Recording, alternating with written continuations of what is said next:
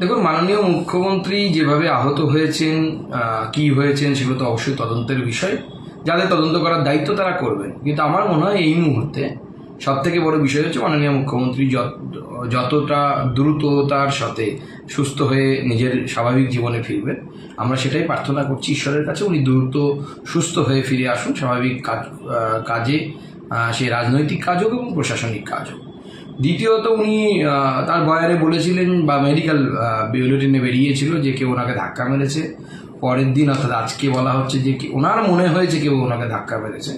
কি হয়েছে আমরাও জানি না, তদন্ত হওয়া প্রয়োজন। ওনার সুরক্ষা, মাননীয় মুখ্যমন্ত্রীর সুরক্ষা অত্যন্ত গুরুত্বপূর্ণ বিষয়। রাজ্যের হোম মিনিস্ট্রিকে ভালো করে দেখা উচিত, কোথাও কোনো ভুলচুক হয়েছে কিনা করে ওনার সুরক্ষা প্রয়োজনে যদি মনে হয় যে আরও বাড়ানো দরকার, বাড়ানো উচিত। যদি প্রয়োজন মনে হয় আলাদা করে সিএম হাউস বানিয়ে সেখানে মাননীয় মুখ্যমন্ত্রীকে রাখা প্রয়োজনে সিএম হাউস বানিয়ে সেখানে রাখা উচিত। ওনার সুরক্ষার সাথে কোনো ধরনের কম্প্রোমাইজ করা উচিত নয়।